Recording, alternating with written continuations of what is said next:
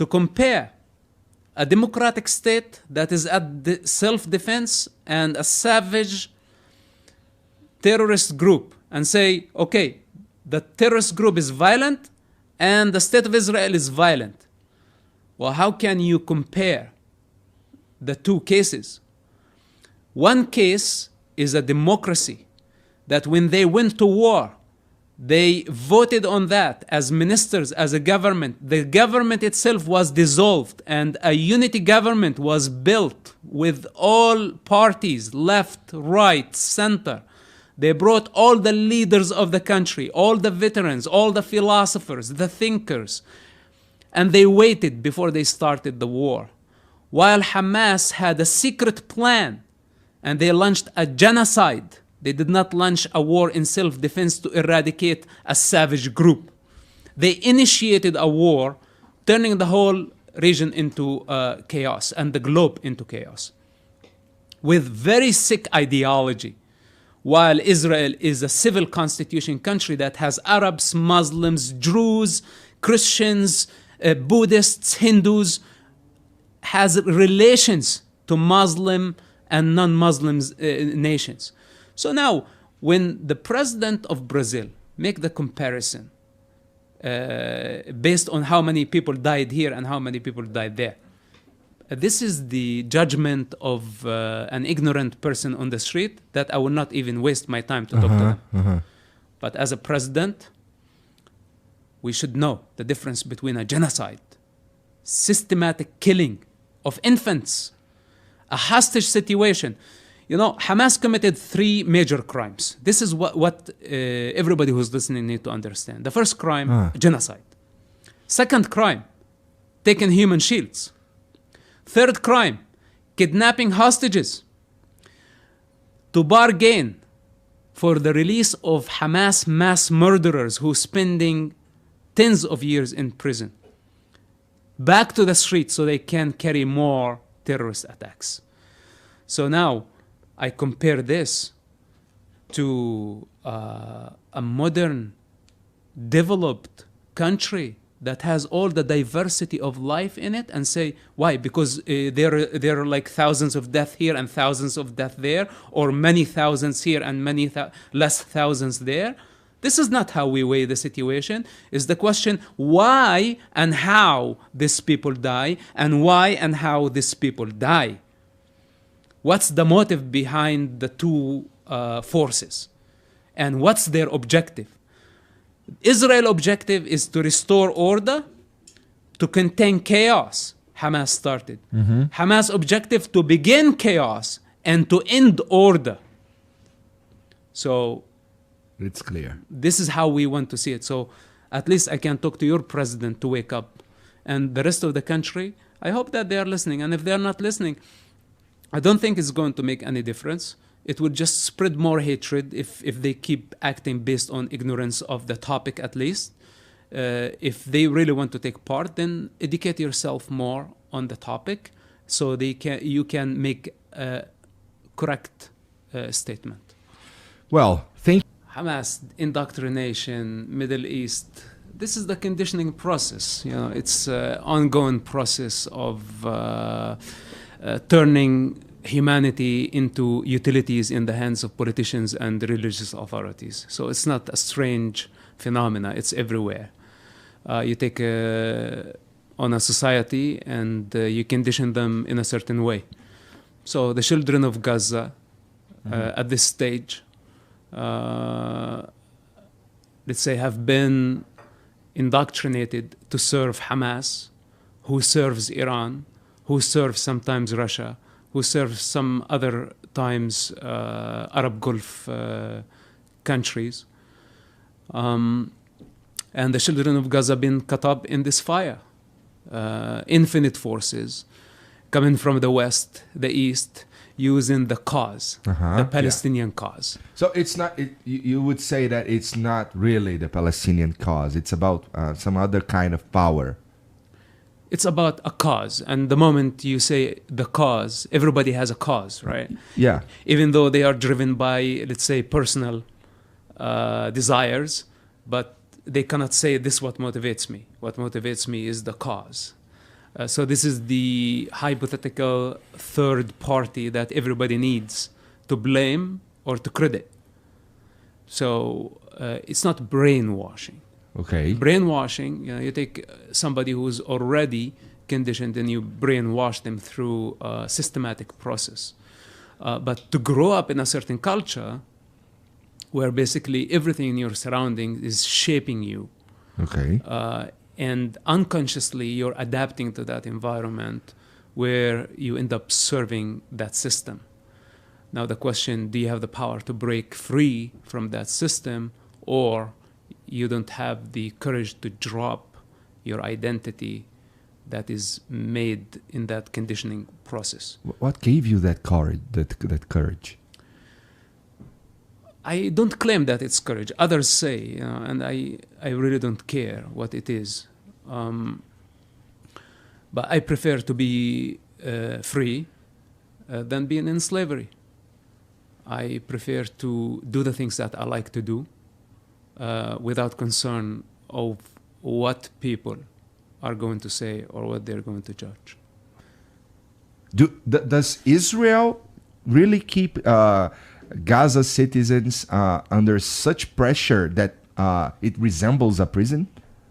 First of all, the concept of imprisonment is a relative concept, because true imprisonment is to be imprisoned to a certain belief. Let's begin with that. When I was in prison, my third time, I was the freer person in my life at that time. And I was in a very small fenced area with nothing, with no resources. But I felt super free.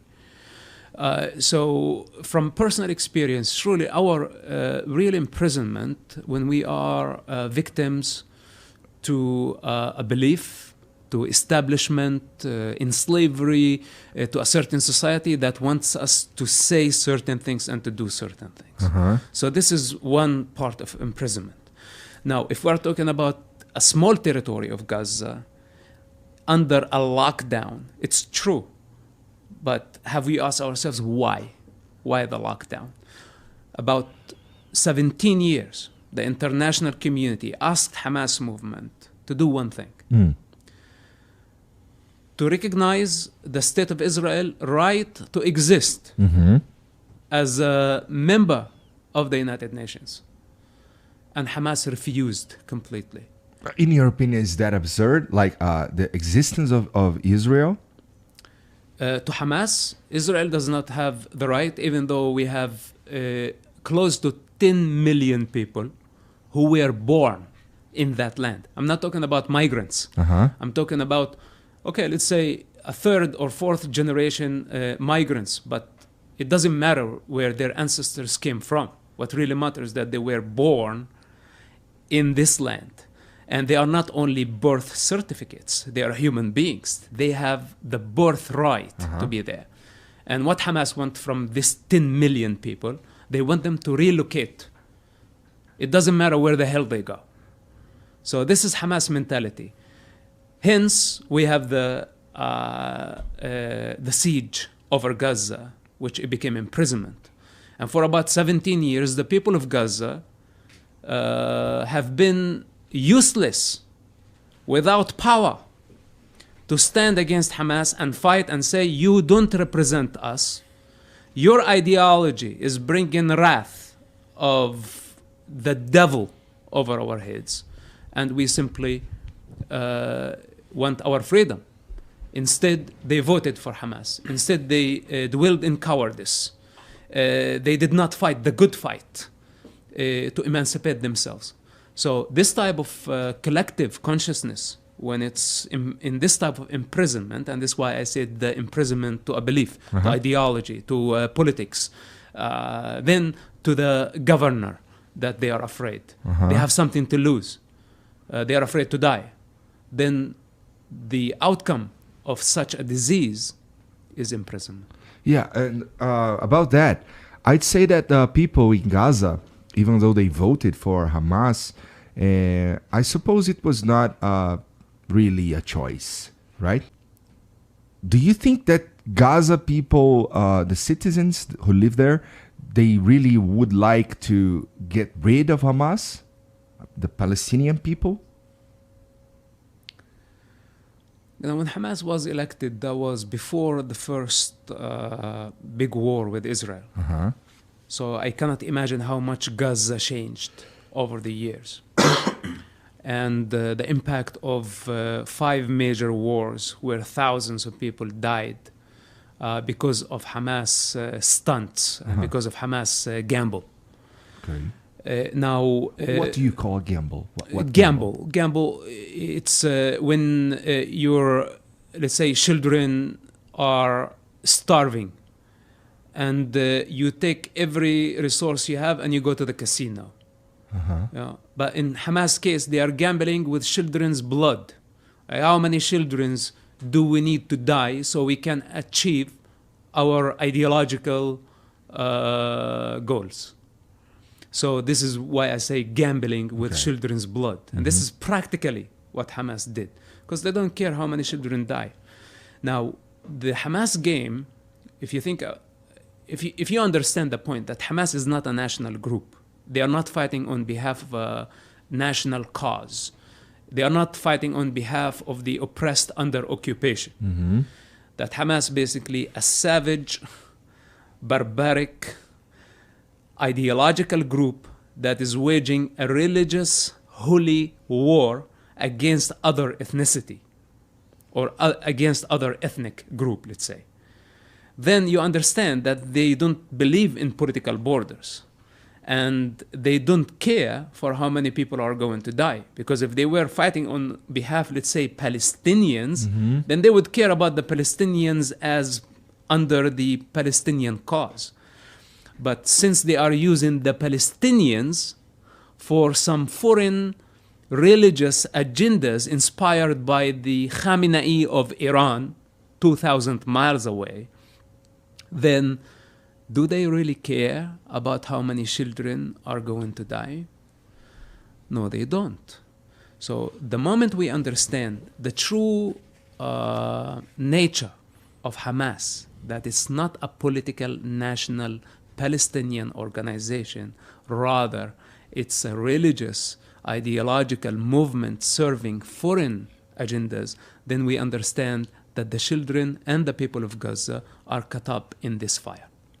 The moment one terrorist group succeed in breaking a democratic system and forcing them to compromise, beg for a ceasefire, or forcing them to sit on a negotiating table with a terrorist group, this is going to make a model for so many terrorists, Islamists, and other terrorist groups that it's possible for democracies to bend under pressure.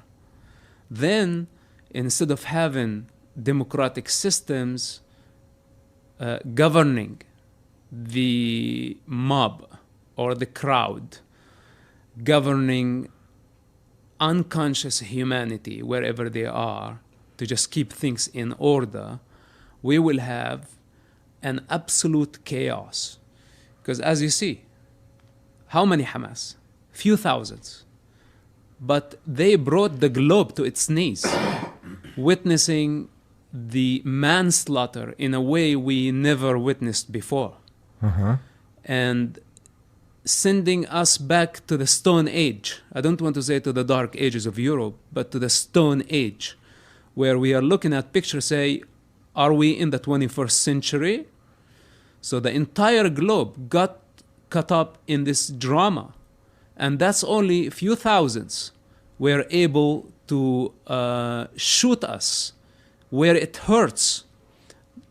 And here we are. We are influenced in Brazil, in the United States, everywhere. Yeah. Some people don't know if we are supporting Zionists against victims. Are we supporting capitalists against communists? Who's right, who's wrong, who's the victim, who's the predator? And all this confusion. And everybody now is projecting their hatred. So you give the opportunity. When there is chaos, the forces of darkness thrive. This is from a personal experience. And this is what where Hamas actually can thrive. Hamas, ISIS, Al-Qaeda, Bin Laden, all this model of Boko Haram, Hezbollah for sure. Thank you for bringing Hezbollah. Palestinian Islamic Jihad. Islamic Jihad. So we have many of those clowns. And you validate one, then the others are inspired. And if they are inspired, they want chaos. They thrive in chaos. They don't thrive in order. But can you and I, him, and the rest of the world, those who believe in dialogue, believe that, or not believe, we know that violence is a dead end. And also we don't want to be in cities that has chaos and crime and rape and destruction, where you cannot, where your daughter or your wife or your beloved one cannot walk freely in the street. This is what Hamas wants. They want to turn it into chaos so they can change the world order into an Islamic world order. Pretty crazy. Also, Putin wants to change the world order, and China wants to change the world order. They want it communist, or they want it Islamist, or they want it different systems. And simply we say, do they qualify? Did they prove it, that their system actually can be a global system that is reliable, that is going to respect nature, earth, and the development and the evolution of humanity, of mankind? A very important point, that I don't think that democracy or the West has actually answered all the questions and the problems of the human condition. I'm not saying that we are living in a perfect world. It cannot be. It cannot be. But I prefer order over chaos. Yeah. How old were you when Hamas started? I was born before Hamas was born. I know that. Yeah. So I was before Hamas. I saw Hamas birth. I saw Hamas development. I saw Hamas grow. And as I said earlier, I will witness Hamas death as well. Because humanity and human consciousness is much superior in its collectiveness than savage ideology. In my opinion, that is very temporary, because it's connected to a very short-term interest related to a territory. You know, give me more land, give me more power, give me more money. And if you don't, I am going to kill so many children. And I'm going to make you feel guilty. And I'm going to create moral crisis for the globe. And I'm going to make everybody feel miserable. And I'm going to send you back to the Stone Age. This is the attitude of Hamas. And knowing their truth. Knowing them maybe more than they know themselves. I say this cannot survive because it's against the universal structure of the Creator. If this is the way how it works, humanity would be finished long time ago. The human condition that we don't see things for what they are. So, but I tell you something. The biggest, it's not a propaganda, because why violence is not a virtue, and why violence by all the, let's say, enlightened people is always, or the use of force, I wouldn't want to say even violence, the use of force is always the last resort when all other options fall short. There is no dialogue, there is no conversation. Nothing worked. So nothing's worked. The last resort was the use of violence. Okay, but even with that, there are rules, there are laws that you don't cause a total and mass destruction. And what Hamas did was a genocide. It's not even the use of violence. So it's not only the use of force. It's not violence. It's not terrorism. They took it this time to a much higher level, to a genocide. I don't know if I agree, but Please. It's especially because they're, correct me if I'm wrong, but the attack that it was on the 7th, yes, of what? October. They attacked a party, right? Is that right? And I suppose there were many people who weren't Jewish there. So a genocide, it's when you kill specific ethnicity, No, right? most of the people. Well, I tell you what defines genocide. It's motivated by a desire for ethnic cleansing. Sure, yeah. Now, when Hamas went beyond the fence on October 7th, they didn't know the identity of the people at the party. To them, it was all Jewish. Even they did not have, and imagine, by the way, many of them, maybe they never left Gaza to actually know that this is Thai worker, this is a farmer, this is, let's say, a Brazilian at the party, and some Brazilian people were at the party. Yeah. So when they went there, they went with the intention of ethnic cleansing against the Jewish people. And other nationalities got cut in the This attack. in the attack. So the intention is a genocide. And genocide, when Hamas, I don't know if you watched the massacre film. I didn't, no. Which basically documented by their own cameras, by their own cell phones. For most of their acts, the cameras were found on the bodies of those savages after they got killed later, after many, many hours of manslaughter. Now, when they moved systematically from door to door, throwing grenades on people, executing people in their living rooms, in their bathrooms, throwing a grenade on a father as his 8-year-old son and daughter watch the death of their father. Then killing pregnant women, getting the baby out of the belly of a pregnant woman. There are footage of something like this. Raping women on their way. When they wiped out entire communities, total of 13 communities, house to house, door to door, burning, destroying, killing, raping, everything in their way. This exceeds the definition of a genocide. In fact, there is no human language or terminology that can describe the feeling of thousands of people who were slaughtered in that day. Pure darkness in action, embodiment of evil at its peak that we haven't witnessed in our lifetime.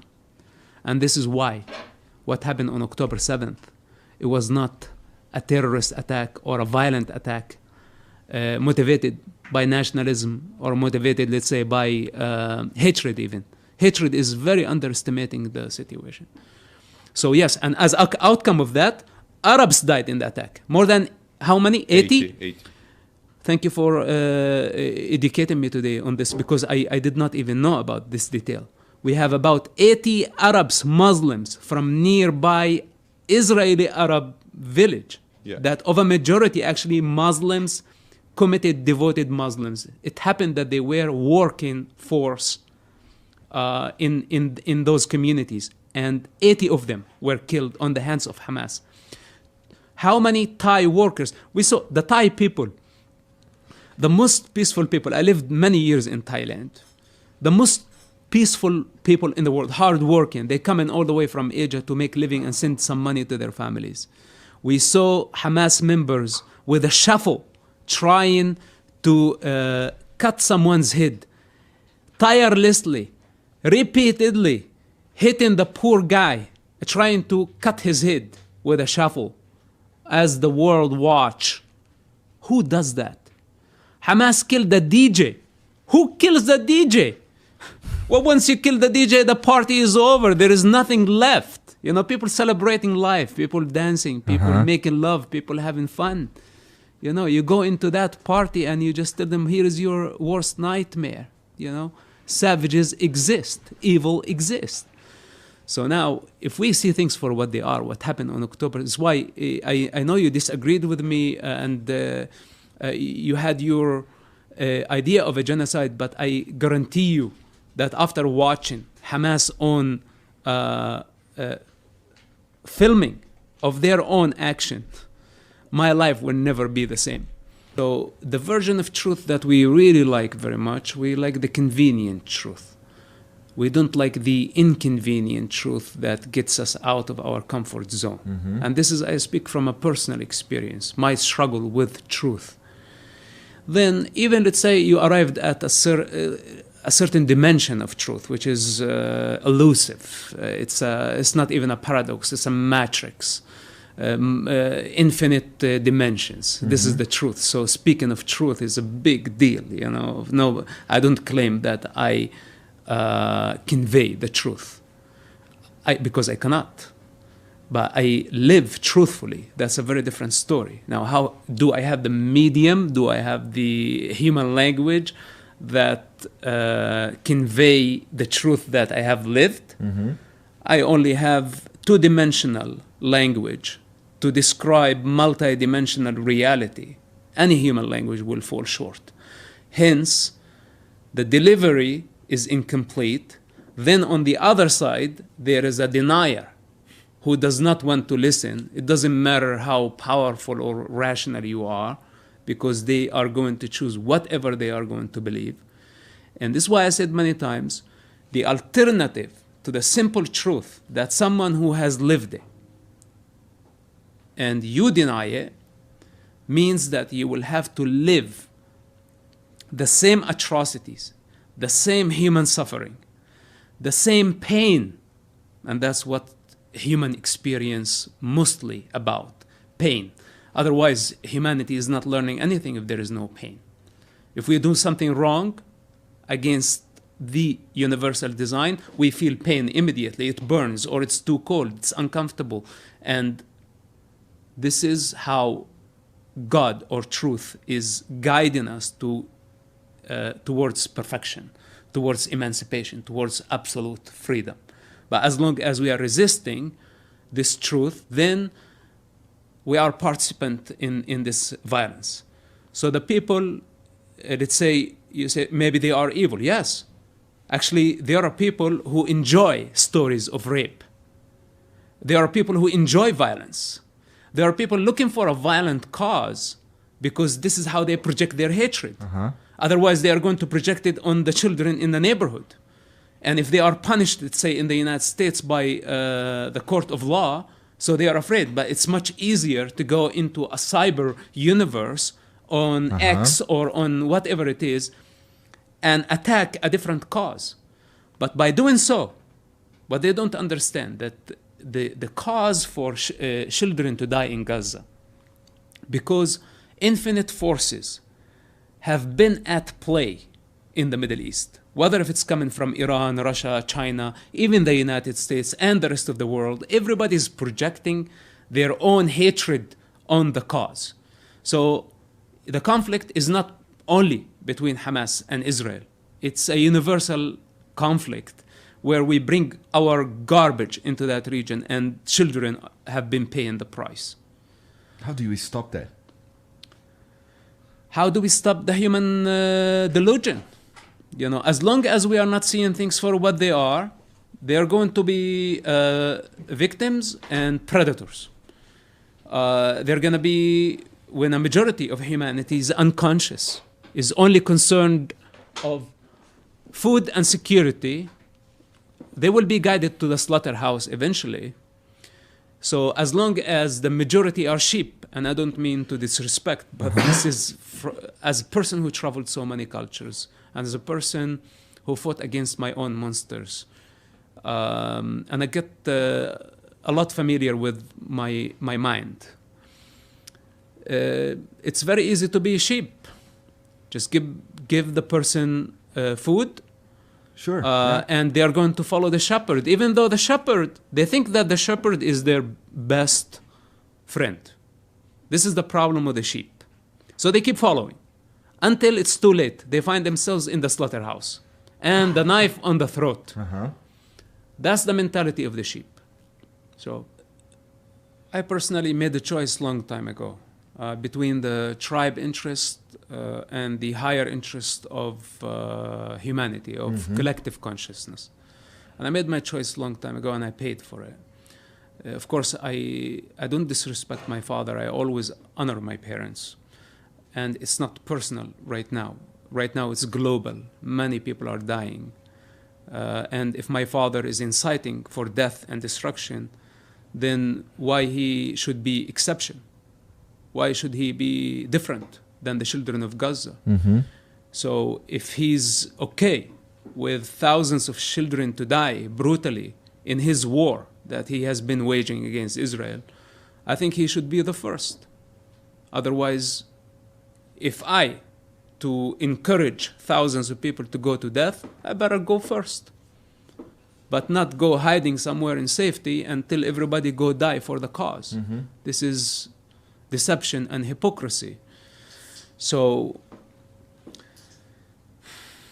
it's a very important point before I forget. Uh-huh.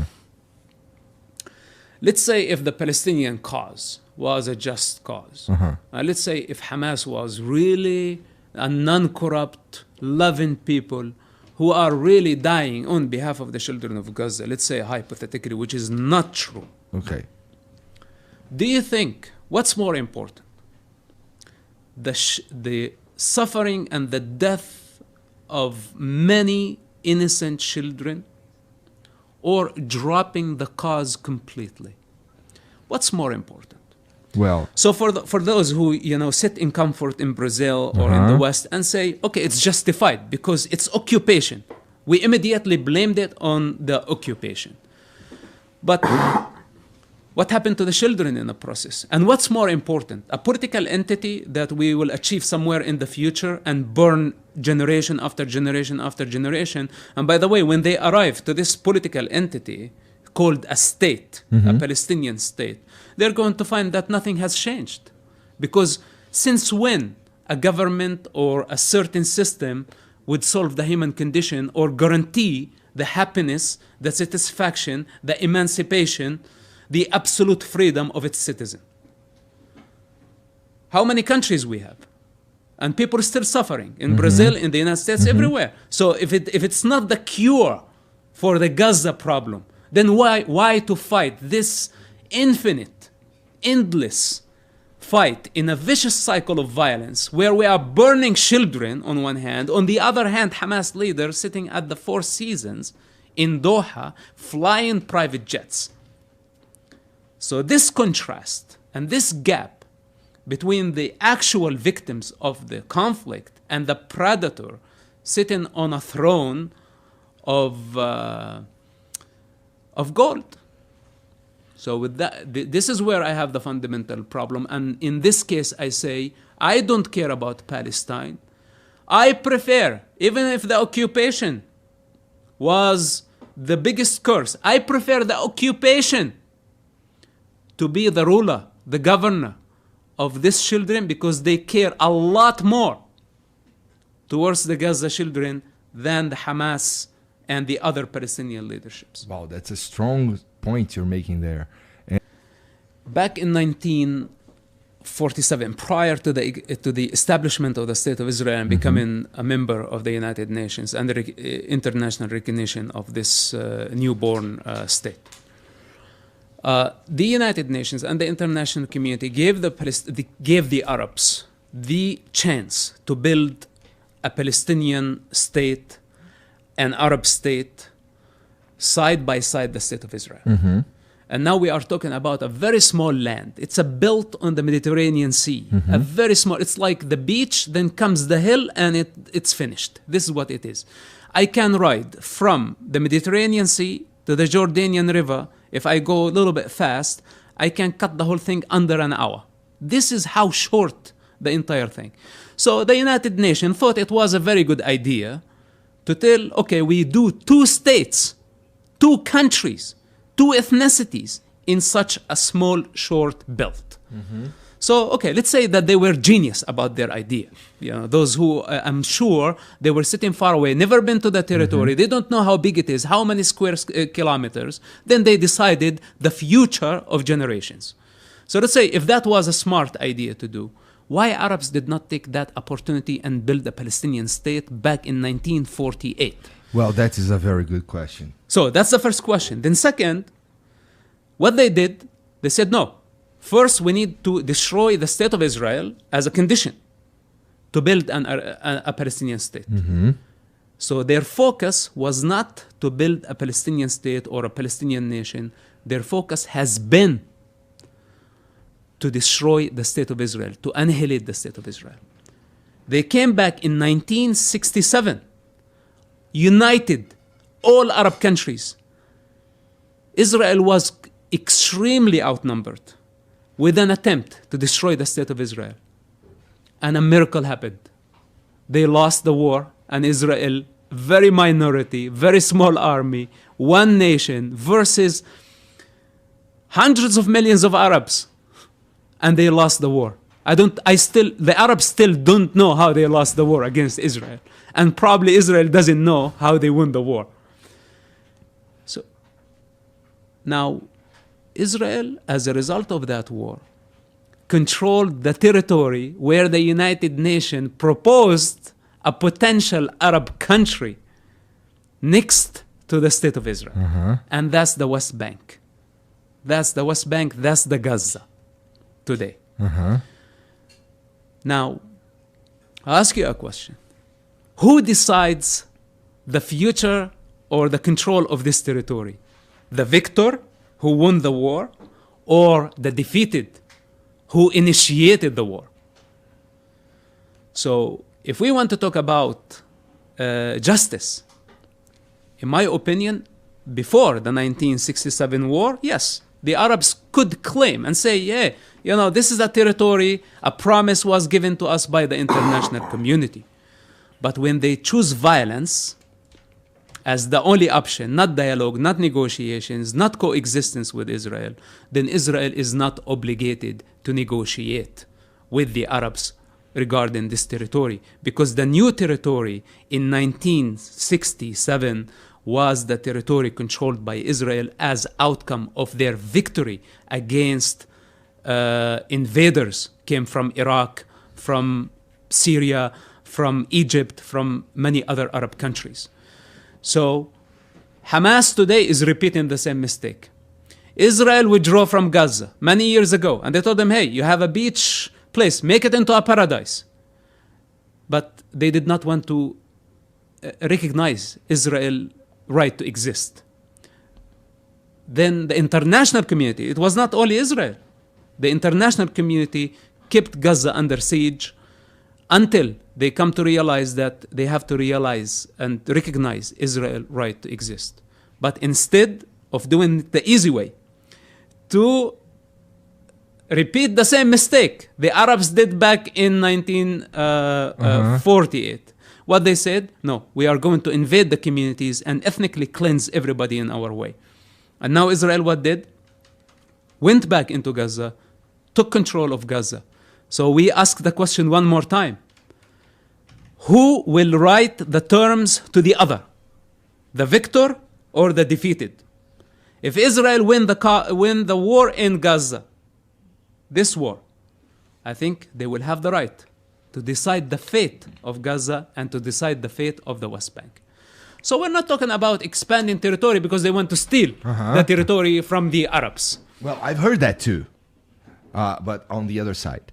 Yes, it's just a propaganda. It's making the mistake, then they blame Israel, blame the international community, and play the victim card all the time. But you started this chaos, you started this mess in 1967 and all the wars that followed. 99% of the wars, the Arab wars, did against the state of Israel, the Arab initiated it. What does that tell you? Israel has the power. If it was for them to control Jordan and to be expanding their territory by the means of force, they could have done it many years ago.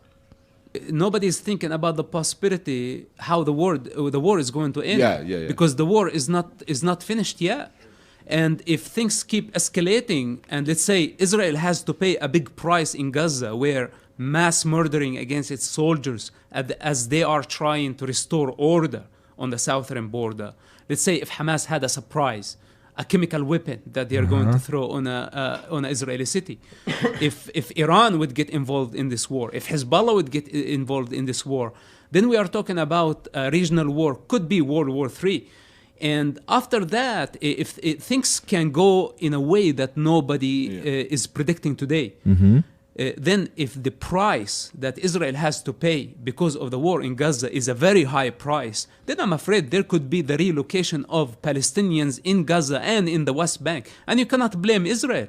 If Israel today, after October 7th, will never see the Palestinians as safe neighbors ever again. The Palestinians, Hamas, they opened the wounds of Holocaust history. And this is what they don't understand, that now the Jewish people in Israel, their biggest concern is not about territory. Israel is already a superpower. And what makes Israel a superpower, not because how many square kilometers they have. It's their economy, it's their genius, it's their intelligence, it's their connection to the rest of the world, it's their contribution to life, it's their innovation. This is what's Israel does not count it like Hamas. You know how many square kilometers I have, and the more territory I have, the more powerful. No, Israel is a very small country, yet very powerful. And they know it's not about how much land I have. But for Israel, if you look at it from security point of view, do I want to have a community that close to my border where they can cut the fence any time and surprise me by wiping out an entire community? So for all the Israeli Jewish strategy from this point on, they will have to take this security threat into consideration. That's why I say it's really too early to decide even the fate of Gaza. There could be a possibility that Palestinians have lost everything they had because of Hamas genocide committed on October 7th. And honestly, I will not blame Israel for whatever they're going to do to make sure that their communities will be secured. Someone who's son of that region and understand the Arabian ego, if they don't see power, they are not threatened. And if the United States of America was not behind Israel in this war, Iran, Hezbollah, Houthis, even Iraqi Shi'i forces, including Syria, would be all united, hitting Israel on multiple fronts simultaneously. But the only thing that's changed, the United States sent its nuclear power. And that what changed the game. That they saw the determination of the United States that we are not going to let Iran, we're not going to let Hezbollah, and the wild cards like Hamas, Islamic Jihad, all orchestrated by Putin of Russia. Is that a fact? Look, it's a theory. Okay, I tell you what is a fact. What Hamas delegations did on multiple trips to Moscow over the last 2 years. What were they doing with the KGB? What is the connection between the Russian administration and Hamas terrorist group? What's the Russian interest?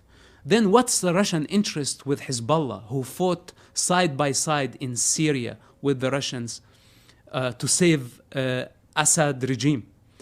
And what is the relation between Russia and Iran that provide them with drones to attack in Ukraine? Then we can ask also, what is the connection between Ukraine war and what happened in the Middle East? Because the moment Hamas ignited the war in the Middle East, nobody talked about Ukraine. Everybody forgot about Ukraine. And this is exactly what Putin wanted. Could be coincidence that Putin said, oh, that was a very good day for me because nobody now is talking about Ukraine. But you know why it was also a very good day for him? Because his birthday on October 7th. Wow, that's a big coincidence. What a coincidence. So I'm not... I don't like conspiracy theories. But there is something there. I don't know what it is. I don't know what the exact theory, but there are facts on the ground that we cannot ignore. So basically, the United States of America, as basically the superpower, look at the situation from this perspective. Doesn't look at it from emotional point of view. This is why many Americans saying, we don't give Israel the support, but the US government say it's not about Israel. It's about the global security. And if we don't go to the region now, what will happen?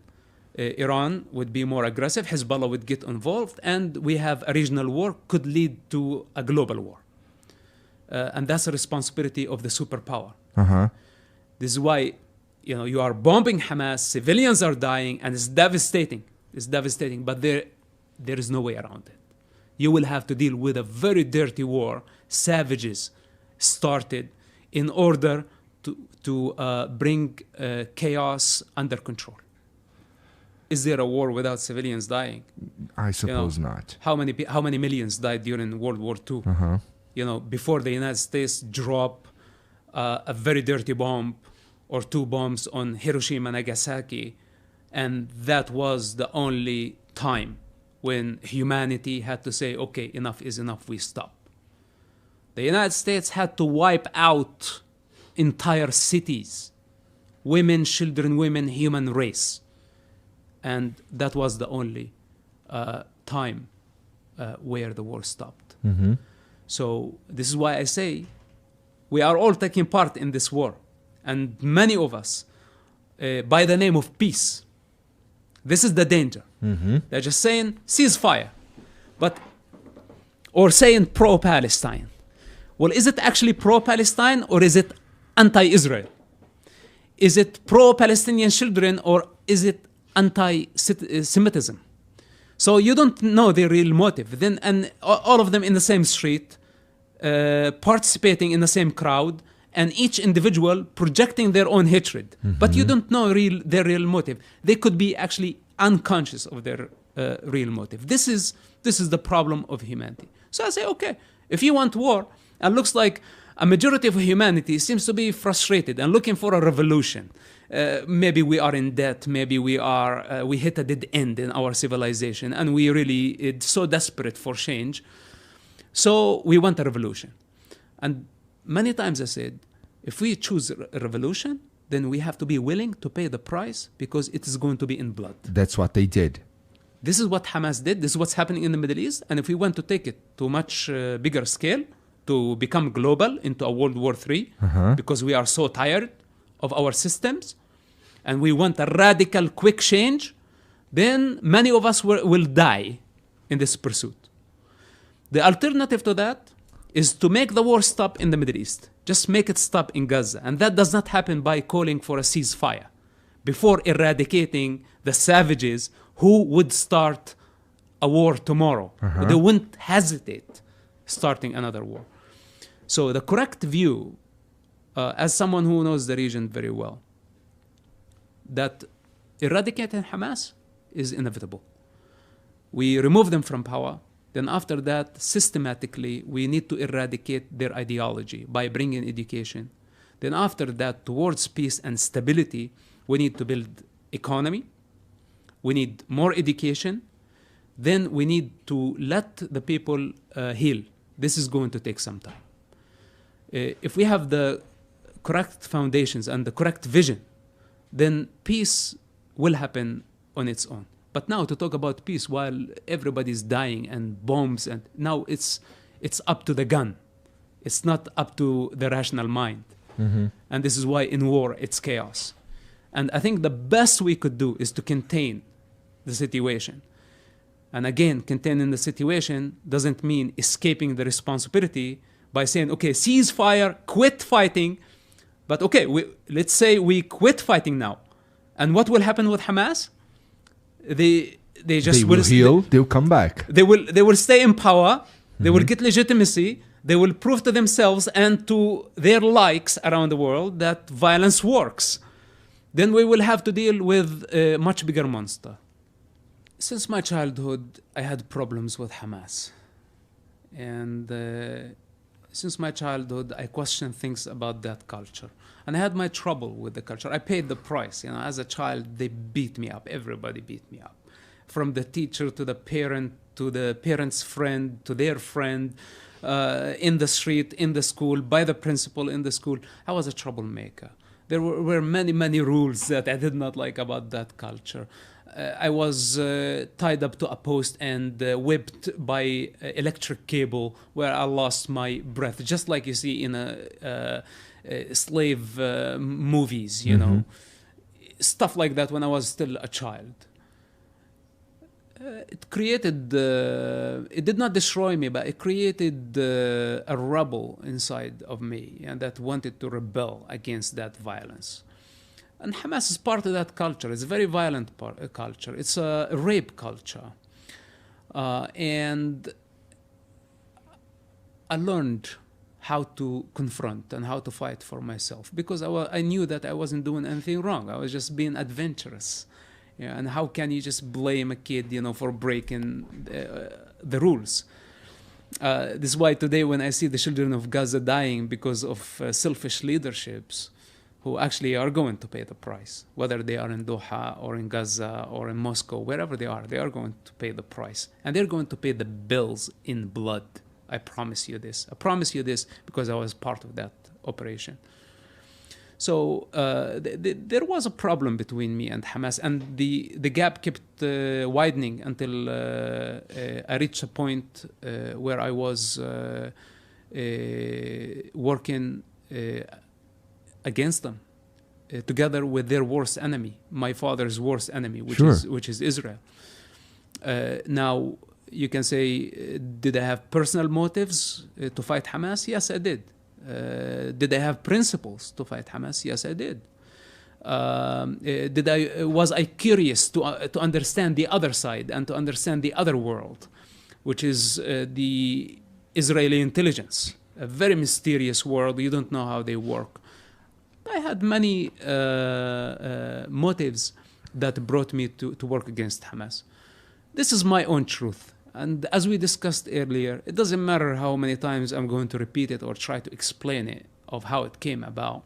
It will continue to be irrelevant to an outsider, because they will just decide whatever that help them in their denial. Because it's very easy to sit outside and judge. But I dare any of those who think that they are judges to step into my shoes for even a moment, because my truth will crush them, will level them. And I know what it takes to be truthful. I know what it takes to go against the flow of a society. I know what it takes to die for who you are, for your all false identities of self, to drop it, to crucify yourself. You know, and hence comes my connection to Christ consciousness, that I know what it really means. So they can sit outside on the sidewalk and think they can judge giants for living. And I say, all those who sit outside and judge, I see midgets, and I'm not concerned of their opinions. For example, I wrote the book about my experience in Hamas. This one, yes. That was about close to 15 years ago. Did I see that Hamas would carry such an attack and it become a global situation? I did not arrange it. So you cannot make up stuff like this. And did I represent myself as a top voice on the thing? I was living a very simple life on a small island prior to that war, and everybody started calling, you gotta come back. And I was literally living shirtless and barefoot.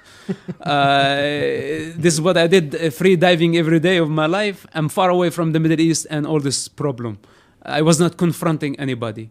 But everybody started calling, you gotta come back, you know, you have to say a word. And I had responsibility, first of all, towards my country, United States. Because many people in the United States were, and still, confused. There is lots of hatred. And some insider needed to come and talk to public. So this became an obligation, a moral obligation towards my country. Yeah, the country actually that took me after my own family and my own tribe rejected me. So the least way to say how I say thank you to my country. I never represent myself as the advocate of the cause now, or the top voice, or the one with the cause to change the world with a great message. I don't have a message. There is no such a thing as message. What message? Message of now? Message of yesterday? And do I want actually people to stuck with my message today? I limit them. It's not my right. If I want to do something, I like a good fight. And when I see a just fight, even though going against the flow of a majority, especially, and I know that it's a righteous fight, then I take on the task because I love good fights.